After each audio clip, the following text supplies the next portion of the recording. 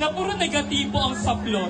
Dinamitan ng galit at paot at ang makulay na bagharing mundo ay unti-unting nilulukot.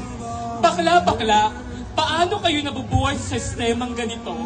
Bakla-bakla, paano kayo ginawa sa mundong ito? Bakla-bakla, wala kayong pakinabang dito. Bakla-bakla, mga sumpa at sakit ng lipunan kayo. Ngunit ang pinakamasakit na aking naranasan, isang araw habang ako ay naglalakad sa pasilyo ng aming pamayanan, may mga grupo ng kalalakihan na nagbubulong-bulungan. Sabay sambit ng, Raul, pare bakla ba yan? Ba't ang laki ng katawan? Iilan lang iyan sa ilang libong salita na maaari mong marinig mula sa nagmamalinis-nisan na madla.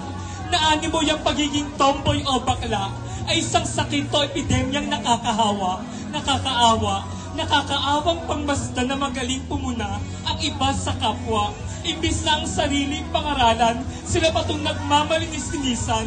Katulad nyo, tao rin ako, umiiyak, nasasaktan, nadarapa at nagkakaproblema. Katulad nyo, gusto ko rin ituring na buhay pa.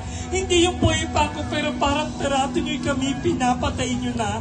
Katulad nyo na umaas ng perpekto, gusto ko rin ng tunay na pagbabago. Yung tipong lalakad ako sa pasilyo na parang hindi na entablado dahil sa mga naririnig kong panghusga sa mga utak perpekto.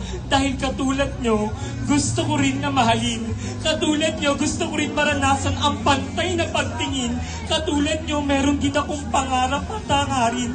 Kaya sana, huwag nyo kaming pagdamutan ng pagmamahal kahit katiting. Kaya't bilang isang bakla na nakaranas ng karanasan na ganito, pangakong maghihintay ako hanggang sa magkaroon ako ng tenga para sa tinig at ng boses sa pandinig.